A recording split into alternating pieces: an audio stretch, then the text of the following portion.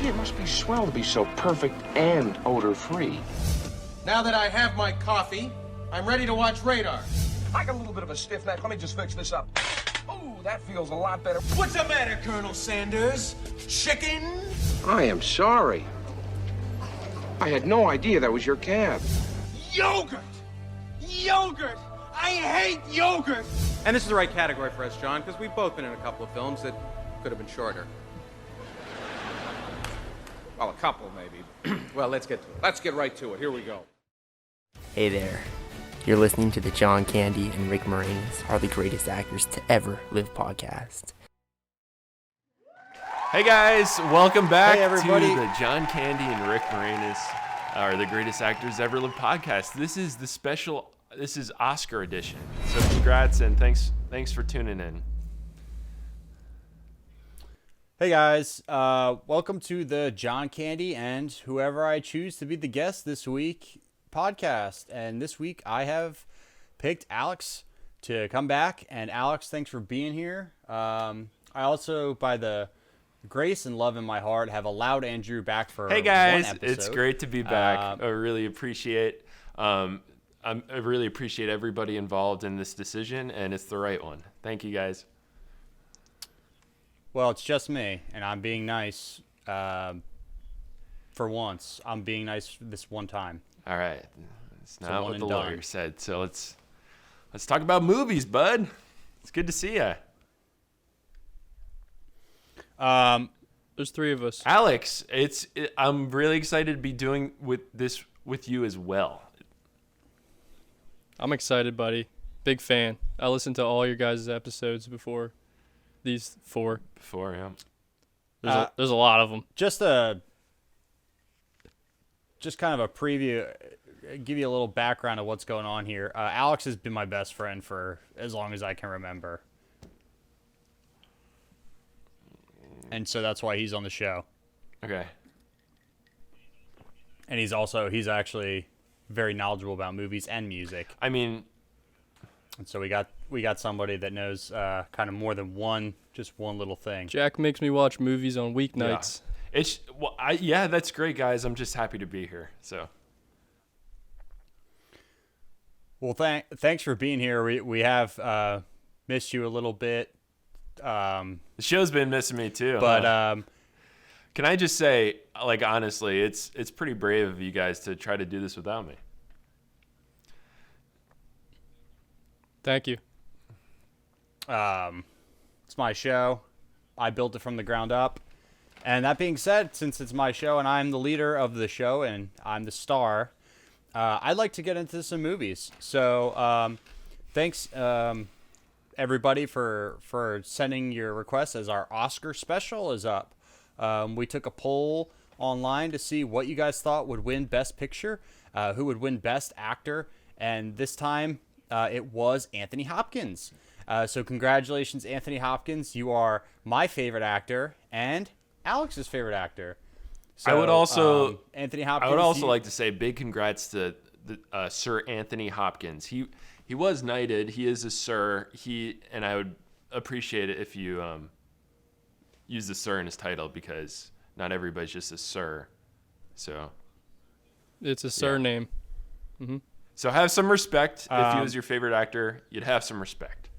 So he's my favorite actor, and I'm going to lead off with one of his movies, which, Andrew, I don't know if you were able to see this movie, considering you don't have any money to pay to go see a movie. yeah, Jack. But I saw it. I saw it as well. Because as you can see, I love movies as well. I have more movies than you. It kind of looks like so. I'm going to go ahead and review these The Father, movies right which over is here? 2021. These are the movies I saw last week. So that's The Father. just the movies I saw last week. So The Father is 2021. It's Anthony Hopkins, Olivia Colman, directed by Florian Zeller. And this is Grammy nominated. And it goes something like this. A riveting story of an old man with dementia refusing to call it quits. He doesn't want any help from his daughter, whom he is realizing is actually just a voice inside his head. PG-13. It's based on a play, and the budget was $6 million, and the music was by Ludwig Einaudi, who is my favorite Italian composer. The Father, which kind of came by surprise. Nobody thought that they would shoot it with Anthony Hopkins being a high-risk COVID person. They never thought they'd shoot it. He's nearly 90 years old. And so this movie kind of came out of nowhere, was a huge surprise. They didn't spend hardly any money on it. They kind of shot it underground. And it kind of was the dark horse to win the Oscar. And it did. Anthony Hopkins, Best Actor and Best Actor of all time. So hats off to you, Anthony Hopkins. And we dedicate the whole entire show to you from now on. What did you guys think about The Father? We'll start with Alex, the host. I really liked The Father and would watch it no more times than I already did, which is 0 times. But it, keeps you on your toes. I like Silence of the Lambs way better. I think he's more fit for that type of role. Even in his old age, he's looking good. And boy, can that guy act. So don't watch it with your whole family. That's a great point. I strongly agree with Alex. This movie brings the spook, and it doesn't hold back on the spook. If you thought Silence of the Lambs was spooky, well, this movie sure does turn it up a notch. I like this movie a lot. The screenwriting was incredible, and the score was just out of this world. My only problem with this is this was shot during COVID, and there's nobody else in the movie. And it just kind of follows Anthony Hopkins around, and he's kind of talking to himself, and it's just a lot of exposition.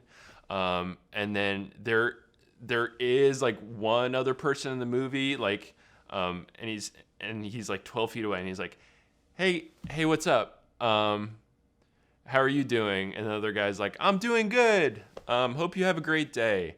And I just kind of wish they would just kind of save this movie for after COVID. And get some more people in there. You need more than one person, even though he does sell it and he does bring the performance. Against all odds. And sorry, you did see the movie, Andrew. Did you see it in theaters or did you do it home box office? Out of curiosity. HBO Max. Were you doing that to stay safe, washing your hands, or different reason? Didn't have the money to go see it? I like to take COVID very seriously, and if I need to protect myself, and I think you should too, mask up, everybody. Okay. Stay safe. Okay. Thanks, Andrew and Alex, for your honest reviews. Alex, you said that you got kind of bored during it. Yeah. Too long of a movie for you? I'm not going to count it as an actual watch. Okay. Well, Alex. Well, I'm saying this movie had a great score. It was our favorite Italian composer, and you're a big music nut. And I thought you would appreciate the score. Oh yeah. Oh well, I didn't watch it, but I just sat around and listened. My ears are always listening, and boy, was that a good score. Yeah, I mentioned actually earlier. I don't speak any Italian though. Yeah. Well, I mentioned earlier that he's my favorite composer as well, and that was a good choice for a composer for this movie. But and if I had to do it again, I probably just wouldn't.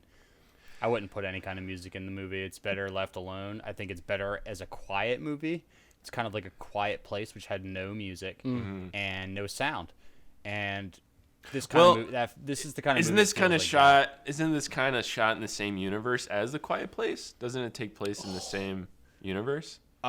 Is it actually, or is that just what they say on the blog boards? Well, I can't speak to that, and I know I am a movie nut, but I haven't seen The Quiet Place, and I haven't seen most of The Father either. Some of The Father you have though. Well, I would give this a 10 out of 11 stars, to be honest with you. It's a really great story, and and it's just a beautiful watch, and I really strongly recommend you stay home and watch it on HBO Max. By yourself. I'm gonna go ahead and I'm gonna thinking about The Father. Anthony Hopkins is a world-renowned. Sir Anthony Hopkins. He's got so many of these. He doesn't have enough room in his house. I'm gonna give The Father a 10 out of 11, and then I'm gonna dock it for not being longer. My only problem with Rocket Man was that Anthony Hopkins seemed like a much better fit for Elton John. They kind of look like each other. I feel like Taron Egerton was kind of a weird choice. He's kind of a young guy, and Elton John's a lot older. So Yeah, I'm going to Elton give John- Rocket Man just a 6 out of 11 stars. Funny you should say that, because you just said Elton John should have been played by Anthony Hopkins because of the age thing. And it's funny, that's impossible. Anthony Hopkins is actually older than Elton John by 5 years. Really? And so that would be weird having someone older than you play you, because you haven't gotten to that point in life yet. So it almost wouldn't make sense. No, but it's CGI. Kind of like a Looper type feel. Have you seen Looper? Yeah. Okay. So, Andrew, do you want to review your Oscar movie for us? I sure This would. is the John Candy Oscar special. I sure would love to. So my Oscar pick this year is Octopus Teacher, and if you were watching the Oscars like me, you would know that it won. And I called this one from a mile away. If you've been following my blog posts, I've been posting about this nonstop. My Octopus Teacher. It tells the story of a filmmaker. A filmmaker forges an unusual brotherhood with an octopus school teacher living in South American kelp forest, learning as the animal shares the mysteries of her world. In the most formidable years of life, the filmmaker must choose to live as a filmmaker or an octopus, and has little time to decide. Only God knows the depths of each soul and its depravity. Its depravity. Make it a great day or not, the choice is yours. Rated PG. This is a documentary on Netflix. So yeah, that's what the movie's about. It's very riveting, very suspenseful, very sad, and very sweet. This movie has it all. It's a tale as old as time. So I give this one 11 out of 11 stars. Good job, Netflix. Good job, everybody involved. Congrats on the Oscar win. You deserve it. If it wins something, I like it too. So I really would encourage all our viewers to watch this movie about fish. Okay, let me step in here for a second. Do you guys ever get to that point in your personal life where you're like, all right, I got to face my fears? My biggest fear is the depths of the ocean and the fear of the unknown when you get to the ocean. So when I'm swimming around in the ocean, I'm thinking sharks, I'm thinking whales, I'm thinking fish, and I'm thinking octopus. Hammerheads. Octopus, yeah, hammerheads and octopus. I stepped on a sea urchin once. I stepped on a skate. That was in really shallow water. And so, for me, I try to steer clear from this movie. Unfortunately, Alex is a documentary freak, Guru. and he made me watch it on Netflix, which I don't own, which I canceled right after Cuties came out. And I'm proud of it. And also, I hated this octopus movie, and I would give it 1 out of 11 stars. I'm afraid of the depths of the ocean, and I think anyone who would make a documentary about this kind of thing is a pervert. And so, 1 out of 11. Well, I mean, that's just very interesting because you share my Netflix. You're on my Netflix account. You have your own profile. So, I'll give it a 10 out of 11. Explain that one, buddy. You obviously didn't Stars. understand it. and it's my pick, so I'd appreciate it if you just keep it to yourself.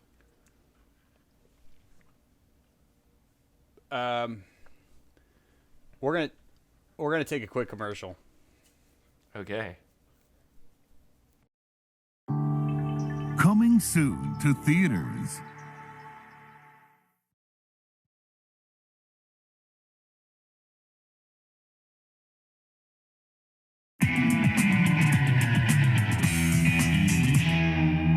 Hey surfers, I'm here at Walt Disney Studios to get the inside scoop on one of the coolest movies coming out for summer 2003, Pirates of the Caribbean. Let's go talk to the director, Gore Verbinski. I couldn't help but notice everything on your wall. Slippy, Slippy, Swenny, Swenson, Swanson, Swenson. Slap. Yo, you guys see the new, oh, what's his name? Shoot. Jeff Goldblum. No. What's his name? The director that Beetle Pimp. the director that cuts. Yeah, Wrath of Man. Guy Ritchie. You see the new Guy Ritchie movie? We didn't watch it yet. Trailer. Oh shoot. Is it out? Yeah, it's out in theaters. That's the one I texted you about, and you said it looks like garbage. No, I didn't say it looks like garbage. I Okay. said the cast was very Well. average. Don't you agree? It's Statham and no one Yeah, else. but I said Well, yeah, trust but the it's Ritchie it's way. Guy Ritchie though, you know. He did say trust the Ritchie. Did you even watch the new Aladdin with Guy Says Ritchie? What are very- you getting in my face about? He's picking Not his you. Him. cast very. I like the way. Listen, let the record show. I like the way Guy Ritchie edits his movies. It's very fun and exciting. All right, guys, let's get back into it. Here we go. What's it called? The Wrath of Man? Wrath Yep. of Man. Go check it out in the local theaters. I give it 11 out of 11 stars. Thank you, guys. Well, I'm not going to review it until I honestly see it. You 'cause watched it that's- already? I've got character. I haven't seen it. Al, did you have a movie to lead us off with for Yeah, the welcome indeed. back party? Sorry about the commercial break. It was somebody had to go number 2. These Not gonna are, say who it was. Not me. All right. We got a movie on my notepad. It's called Mank. Came out 2021, directed by David Fincher. For all you Fincher fans. Here we go. A tale as old as time. Hollywood hotshot Mank finds a new friend, and this time it's the real one. And it's rated R. And that's all the info I have surrounding it. But great movie about Mank. Not sure who's in it, but we know who directed it. David Fincher. Off to... Did you see it? Off to Hollywood. I did see it. Mank is an incredible film, mostly because it's shot fully in black and white. And Fincher returns to his Fight Club roots. If you Oldman. remember, Gary Oldman is the main. And if you I did see it. Oh. Okay. Go ahead. Well, I was just gonna say Fincher returns, and Andrew, you can speak to this because you're a Fincher nut too. He returns to his classic roots of Fight Club from 1999. Gives us a little bit of that grit that we saw there, but all black and white. Has a Book of Eli feel, also has a Fight Club feel. Mank's an incredible movie. Gary Oldman's an incredible actor. I like the movie. I don't love the movie. I'll give my review after Andrew says his 2 cents about Mank. So Mank for me was one of those movies where you watch it and at the end of it you're kind of speechless. You're just sitting in awe of what you just watched. So I'm going to go ahead and give it the full 12 out of 12 stars, but I'm going to deduct it 5 stars because make it color. I don't want to really do this black and white stuff. It's not for me. So 5 out of 12 stars for Mank. I'd skip this one.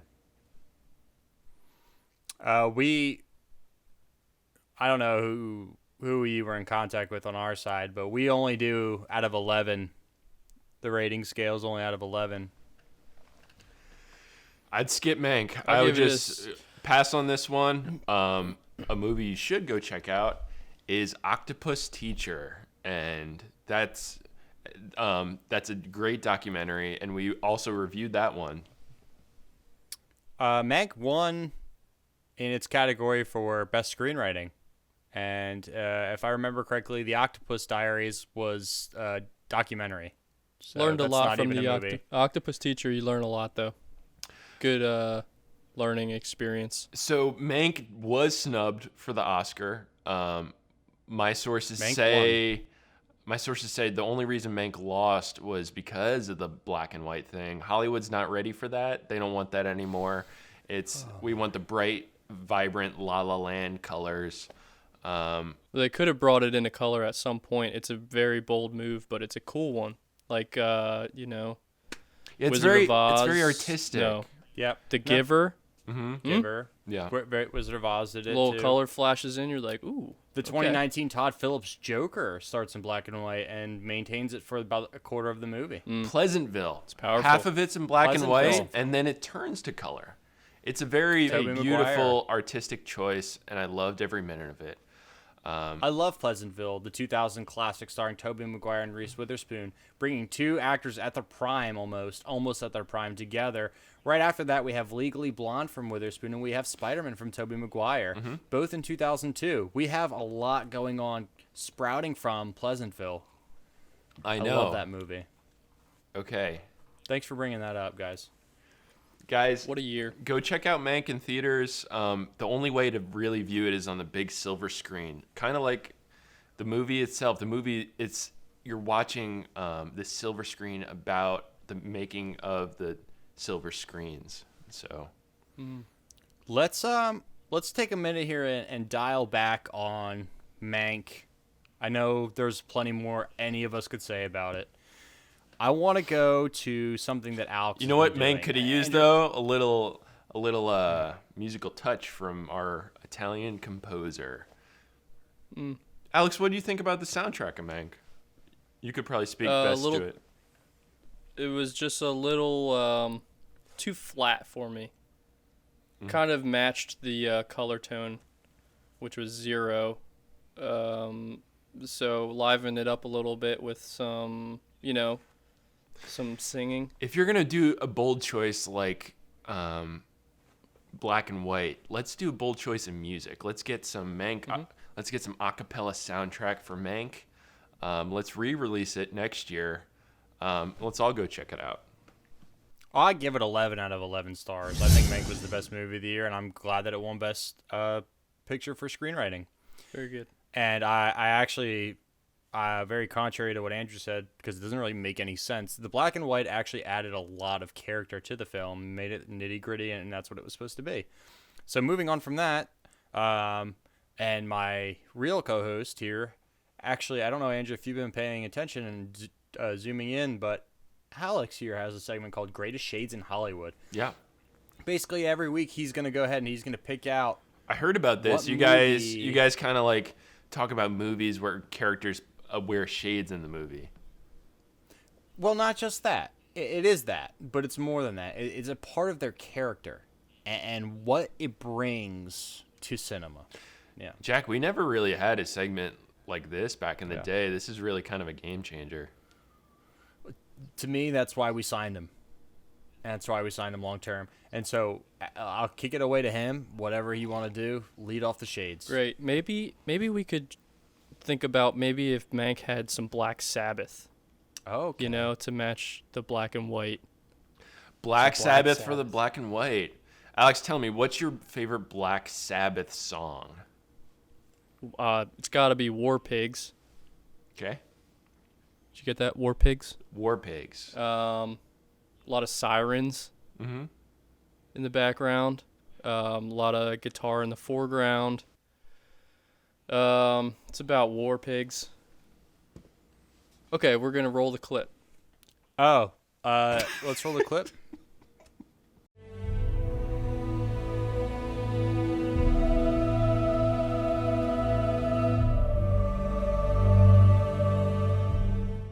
All right, we're back with Greatest Shades in Hollywood.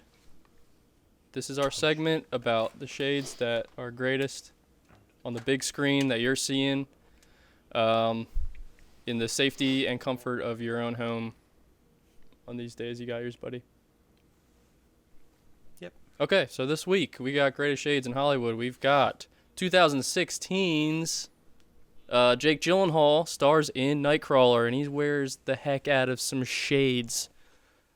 He's wearing them at nighttime sometimes, daytime sometimes. Just taking notes. Might only be daytime that he's wearing them actually.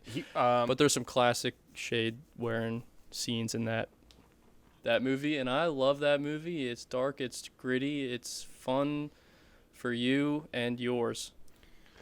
I'd recommend it. 11 out of 11 shades. See, I honestly thought Nightcrawler could have done without the shades. Didn't think they needed them. That was my actually only. Shades. It's funny. It's a segment pick. It's my only critique about Nightcrawler. Actually, got the movie. He's got a man bun. Came out in 2014. 2014's Greatest Shades in Hollywood segment edition. The Andrew, to your comment, I wouldn't interject on Alex's segment and just shoot it down.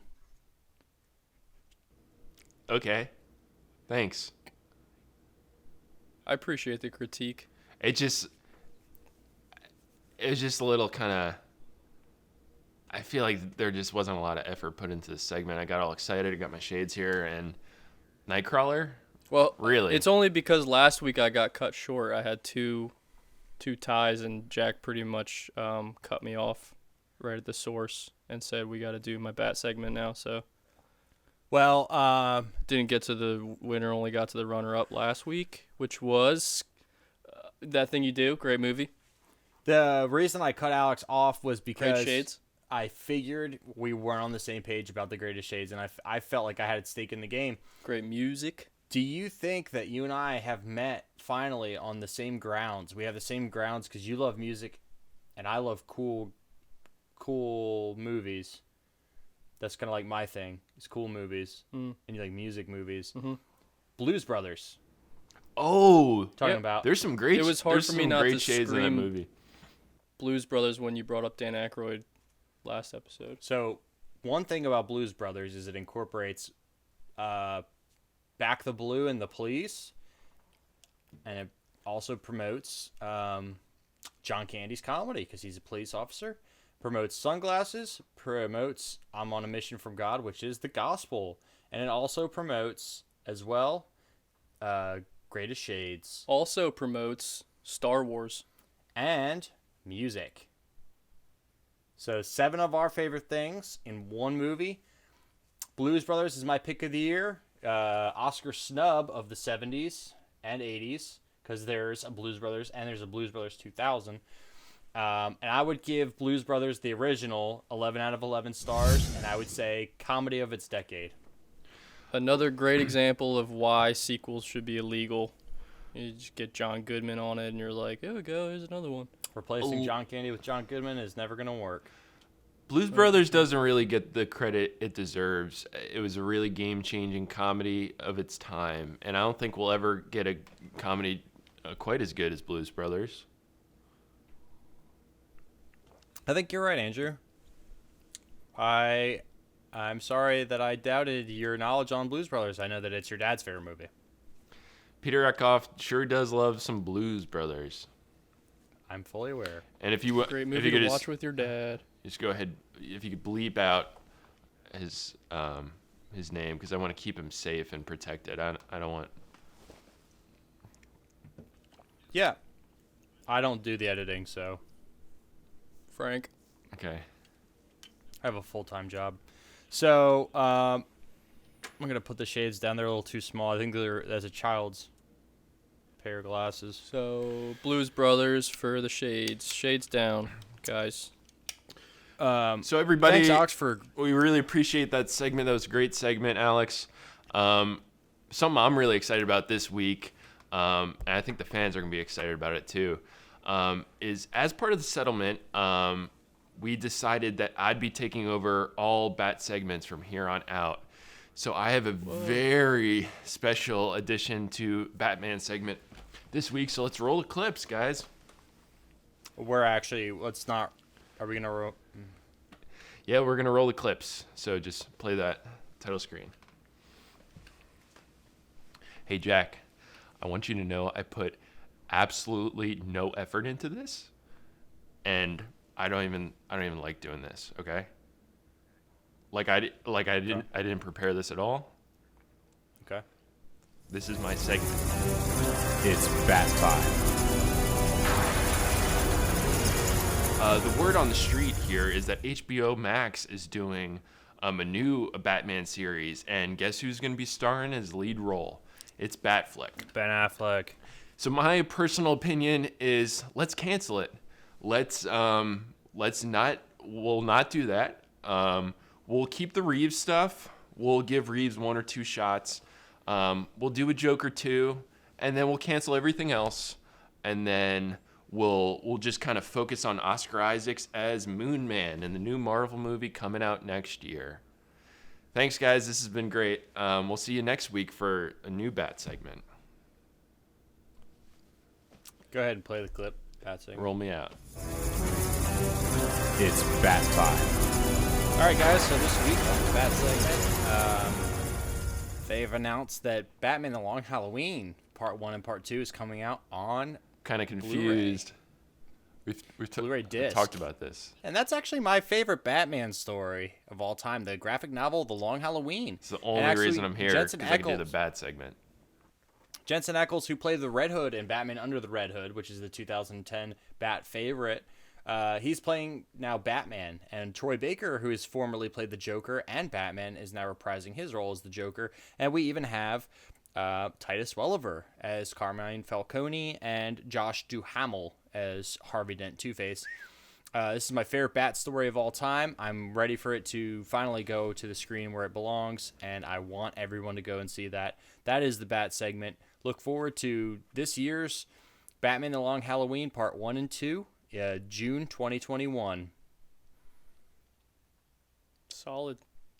And to elaborate on Andrew's very poorly done Bat segment, the show is going to star Batfleck on HBO Max, and it's going to be called Arkham Knight, which people are debating, hey, is this off of the game, the 2014 Montreal Batman game that was a huge hit amongst fans and the closure of that chapter, or is it going to just be Ben Affleck's original Batman screenplay drawn out to a show, which takes place almost fully in Arkham Asylum with all of Batman's rogues gallery? So that's an exciting announcement, as well as the Warner Media Discovery merger, which opens the door for Zack Snyder's Justice League 2 to happen. So we're all very excited. Andrew, thank you for bringing up the Bat segment and making yourself look stupid in the meantime. It's not gonna, I am the resident Batman fan, and it's not going to make the cut, Jack. You're wasting your breath. We have a legally binding contract. That's the reason I'm here today. We agreed I'm doing the Bat stuff. Can we move on to the Turner and Hooch stuff, please? The the Turner and Hooch movie. Yeah. Just give me a second here. I gotta send it. I gotta send it to Classics from the Couch. Just play the clip. Time to saddle up. It's my Classics from the Couch. Turner and Hooch, rated PG. This film was created in 1989.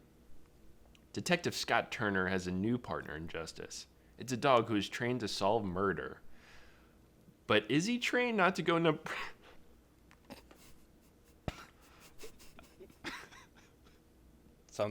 Is everything all right? Turner and Hooch, Detective Scott.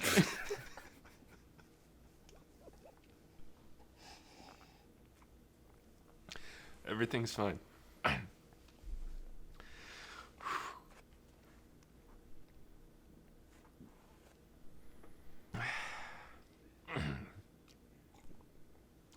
Detective Scott Turner has a new partner in justice. It's a dog who's trained to solve murder. But is he trained not to go number 2 in the living room rug? Lots of barking in this comedy, but it's in good taste. Starring Tom Hanks and Reginald Vell-Johnson. This, once again, is rated PG-13. Did you say, what year did you say that was, 88 or 89? That's 89. So this movie has it all. This movie has two of my favorite things. It has cute little puppy dogs and Tom Hanks. It's a recipe for success. You got puppies, you got Tom Hanks, merge them into a film. It's a no-brainer. Go check out Turner Hooch on classicmovies.com. This gives my full 11 out of 11 rating. It's perfect. Very upset they didn't make a sequel, but I can understand they didn't want to ruin the integrity of Turner and Hooch. Rated PG-13. You have anything to add to that? I'm just awestruck with Hooch's performance. No, so the dog is played by Beasley, a bull mastiff that is obviously incredibly talented at 3 years of age, you know. Mm-hmm. So he's 21, able to have a beer off the camera every now and then. But, you know, Tom Hanks is good. Yeah, I would give it a 11 out of 11 because it's way cooler than Air Bud, and there's no sequel, and that's what I gauge all my ratings off of, whether or not there's this. The surprising thing about sequel. this movie, and Alex could probably speak to this, is the cinematography. It's beautifully shot. This was shot by Roger Deakins. It is a beautiful touch and a beautiful eye. It was one of the most gorgeous things I've ever seen. It was snubbed for cinematography Oscar. It was runner-up though, so I'd like to declare that my snub of the century, my Oscar snub of the century. I'm going to cut to the chase here, guys. Turner and Hooch is a bad movie. The movie sucked. And I know why there is no sequel. First of all, it sucked. And second off, the dog died in the movie. The dog dies in the movie. You can't have a sequel when the main character's partner dies. So, spoiler alert for you all who didn't watch the movie. Tom Hanks has a partner who dies, and then his partner's dog becomes his partner, Turner and Hooch, and Hooch dies. But he could have had he could have puppies. Ready for this? Yeah. Before old Hooch kicked the bucket, he knocked up Lady Hooch, and Lady Hooch gives birth to some beautiful puppies. And Tom Hanks also knocked a person up, and he has a son. So we get Tom Hanks' son, we get Hooch puppy, and we'll make a sequel. We'll do it. It's easy. But Hooch's puppy, have some who we creativity. call Pooch, he actually chooses his partner. It's a role reversal. Yeah. Where Hooch's pup chooses Tom Hanks's pup. Yeah, now we're cooking with gas. See, all it takes is a little creativity, Hollywood. Let's make Turner Hooch 2. It's not too late. It's time to get the thinking brains. Absolutely. Turner and Hooch, my 1 out of 11 for me. All right. 10 or 11 out of 11 for me. Hey guys, I love animal actors. I love Tom Hanks. If you're brunette and beautiful, forget about it. Isn't your wife blonde? Yeah, but Hooch isn't. Oh, that's right. Hooch is a redhead. Man, what I'd do to give Hooch a scratch. Give him some belly rubs. Yep. Andrew, did you want to hear about my classic from the couch this week, or did you want to hear about Alex's? Let's go ahead and roll Alex's tape. Let's roll Alex's tape. Guess we have a tape for Alex, so let's go ahead. Guess we have a tape now. Play it.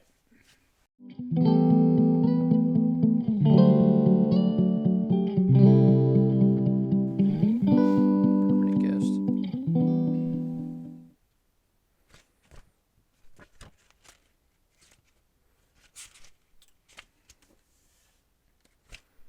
This is a classic movie. Did you have one this week? Do you have a classic movie? Like older than like 2010? Got a more classic movie than the other movies we're talking about today. Okay. Tonight. I have here The Guardian, 2006. The Guardian, directed by Andrew Davis. When Jake Fisher, played by Ashton Kutcher, is bullied in grade school by Captain William Hadley. played by Clancy Brown. It's Clancy Brown in it. For not holding his breath very long, he enlists in underwater Christian school and quickly swims to the top of his class. Sink or swim? We'll let fate decide. This is rated PG-13 for all the underwater shots, and it runs 2 hours and 19 minutes long. I think this is a fantastic water movie. I think it has the edge on Octopus Teacher slightly, because I like dramas better than documentaries. Sorry, but I like to be entertained. I like movies to take me out of my everyday life, and The Guardian is a great time to learn about holding your breath. This movie was absurd. Kevin Costner. What are you gonna do? You know what I mean? Yeah, that's true. He plays a hard guy, just a no nonsense type of teacher. Let's go ahead. Let's take this movie. Let's put it on land. That's my only critique of it. Kind of a lot of the shots on the water kind of made me a little seasick. I would love this movie if it took place just a couple hundred yards in on land. Let's get rid of the water shots. I got very sick watching this movie. I don't recommend it. We'll give it 8 out of 11 stars. It is a good movie. It would be better on land.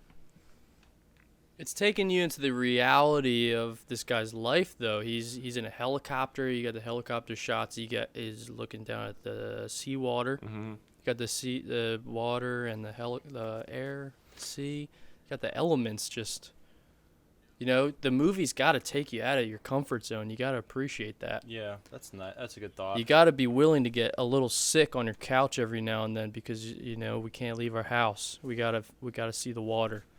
Sometimes you got to get your hands dirty, I think is what you're saying, huh? That's what I'm trying to say. Well, time out. That's all I'm trying to say. Time out. No sequel. Great movie. Here's what happens.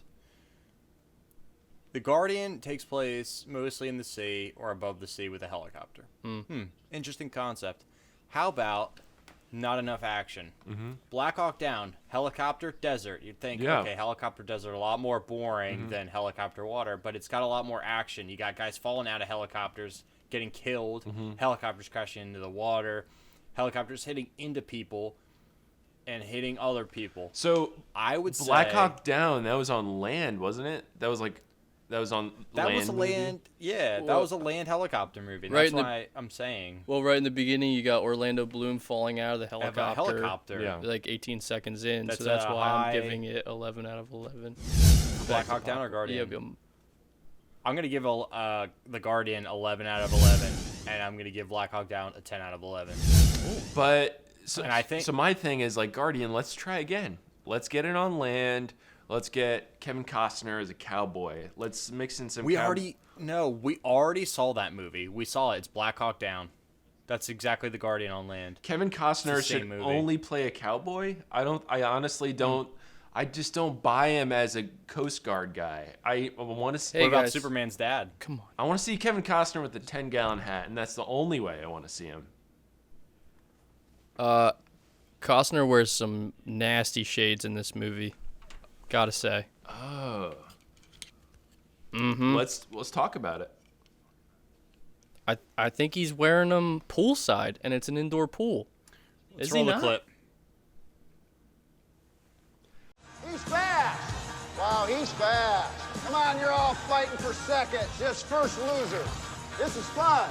We'll pass out trophies later. To be honest with you, Alex, that should have been your shade of the week pick. I'm learning. It's a lot better than Nightcrawler, to be honest with you. I didn't sign up for this. Well, I don't know about the whole it's better than Nightcrawler thing. The poster for Nightcrawler literally has Jake Gyllenhaal wearing the same shades. Kevin Costner isn't even on the poster for The Guardian. Ashton Kutcher is. See, so that was a dumb comment. So my only thing is Nightcrawler. it takes place pretty much exclusively at night, right? Not true. It's in the title, right? So don't need shades. That's not what a So you Nightcrawler don't is. need shades at night, do you, Jack? Well, I think it has a lot to do with transformation of like the character. Oh, and well, the I beginning, didn't think about that. To be it's honest very with you. bright. It's like during the day, and then he gets this job, and he changes. Yeah. But he's so like craving a change. Yeah. And he goes so far. It's kind of like a Breaking Bad type thing where it just like ends up so the way further. shades are a metaphor, huh? Mhm. Yeah. It's like symbolic. Guys, I honestly had never really thought about that before. Andrew, I'll tell you about symbolism. Okay. Because something I know that you know is there's a classic that kind of lurks from time to time and will come back and make its way around to both my screen and your screen. And I'm talking about a VHS classic, if you know, and I'm nudging you right here, even though we're in different places. Mm-hmm. This one's for you. This is Beetlejuice from 1988, directed by Tim Burton. Yeah. Who is your favorite director and one of mine. So I'll go ahead and I will What was read that rated? about Beetlejuice. Beetlejuice is actually, surprisingly, it's PG, though it should be higher, in my opinion. Yeah, I don't know about this that. This is 1988, where they're going on the fence with, hey, how can we push our limits, right? And Gina Davis and Michael Keaton, very scandalous for a PG movie, but nevertheless, it is PG. And this is Tim Burton. Okay. Director of my favorite movie, The Corpse Bride. So, Beetlejuice, 1988. Ever find yourself down on your luck with a bunch of Beatles? Sorry. Okay. Ever find yourself down on your luck with a bunch of Beatles for breakfast? Well, Michael Keaton did it. And this tale as old as time. This spooky adventure has it all. It's Michael Keaton, Winona Ryder, and Gina Davis. And the spook goes a long way in this one. Kind of got old for me after a while. The only highlight to it was that it was Winona Ryder's really starting role. It really kind of projected her into Hollywood, which eventually the role in Beetlejuice was used to get her the role in Mr. Deeds and then Stranger Things. So Beetlejuice is a stepping stone movie for Winona Ryder. That's about the only shining bright thing here. I'm going to give Beetlejuice a 4 out of 11. I don't really like this movie, and it does not get much watching time at my house. I'm into it. I like this movie. Right. I've seen it once. Did you know last year? Did you know Michael Keaton's role was originally cast as John Travolta, and then John Travolta said, "I don't want to be Beetlejuice anymore." So they said, "All right, that's fine," and then they recasted Michael Keaton. Not a lot of people know about that. What do they do with that footage? He shot as Beetlejuice? Yeah, it was like 3 or 4 weeks as Beetlejuice, and then John Travolta kind of just like said, I think it's time to move on. So they actually had to start from scratch and redo all of Beetlejuice. Is there possible that do we have a clip from that of John Travolta as Beetlejuice? And if so, can we play that? Can we? Can we take a look? We could try. I don't know if the footage is still available. I think they scrapped it all. Jeez. You don't know my team. My team usually can dig up some stuff. Okay, I trust you. That's fine. Play the clip. I've hired a lot of people since you left. Yo, I got demons running all through me. All through me. Hey, Jack Downer, you get a free demon possession with every exorcism. You can't read that now, can you? Bring the little parts down. Hell, we got plenty of snakes and lizards for them to play with. There ain't no problem with that at all. So, say it once. Say it twice. Third time's a charm. And remember, all I give you is anything you want, and to eat, I'll swallow anything you want me to swallow. So come on down, chew on a dog. Woo!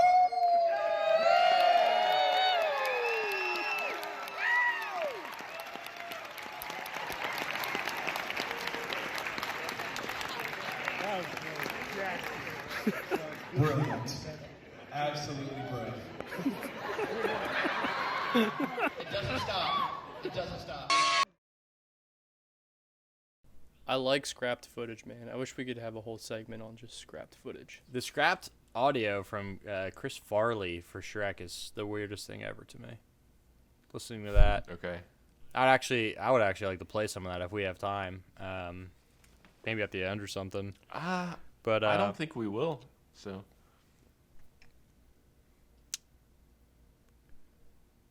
Well, I'm not sure, man. I think we're only slotted out for 60 minutes here.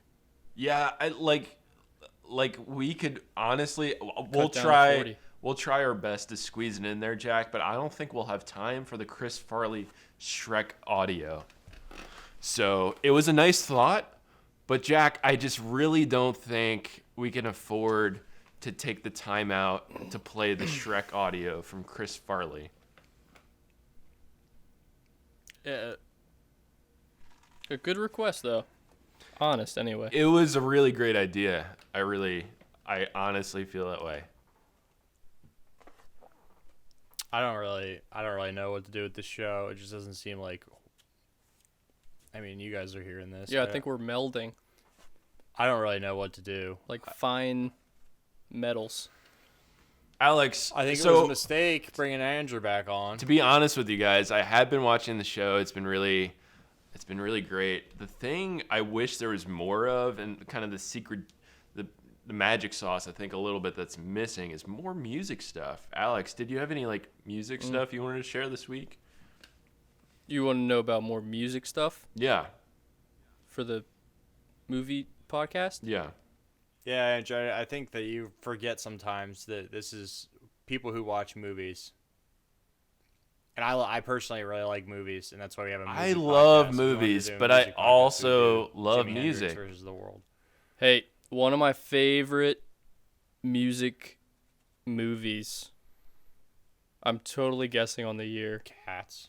Jack will reprimand me on 2016's Rudderless. 14? I don't even know what that is. 12? 11? Never even heard of it. All right, Billy Crudup. Hey, Oh, we all hold know on, him. We all love him. I'm sitting All right, down now. all right. Now I'm See? buckled in. He likes Billy Crudup. It's extremely sad. Extremely sad. Very serious storyline. But all original music, and I don't know who writes it, but man, it is just an epic score that just goes right along with the storyline of this guy that is a father to someone who passed away, and he plays his son's music with like a younger group of guys as a band. And dang, it's worth the watch, even though it leaves you very sad. It's a different kind of feeling when you finish this movie. If you want a good cry, check it out. Absolutely, I agree. It'll make you cry, but it'll inspire you equally, I think. I'm kind of I love this surprised. movie. Kind of surprised. I've only seen it once, but I think I'm due for another viewing. But it is very emotional. Kind of surprised the Beatles you that never was made a talking to movie, me? huh? Beatles never made a movie, no. All of the Beatles are dead. Alex, they made a few movies. Did you see that movie a couple of years ago where it was like the guy, the Beatles never, he woke up and the Beatles never existed? Never heard of that. Yeah, no, it's really cool. It's all the Beatles music, and he wakes up and the Beatles never existed. So he took all their songs and he played them for the world. That sounds cool. That sounds kind of like the movie where the lead singer of Queen, died. Freddie Never heard Mercury. of that one. Freddie Mercury, yeah. Remy Malek. The movie was about him dying. Oh, Remy Malek. Mm. Jack likes him. You can't go from being like the Sultan or whatever he was in Night at the Museum 3 to playing the Freddie Mercury and playing a villain in a James Bond movie. This guy's a joke. Jack, let Get me him ask. out. Let me ask you a question, right? Can I rate what movie is that? Freddie Mercury movie? Queen? 0 out of 11 stars. Bohemian Rhapsody. Yeah, that's it. Okay, guys. 0. So the movies are back. What's the first movie you're going to see in the box office? I don't know. What are you talking about, man? Oh. Movies. Talking movies again. Tag on. Once again, talking movies.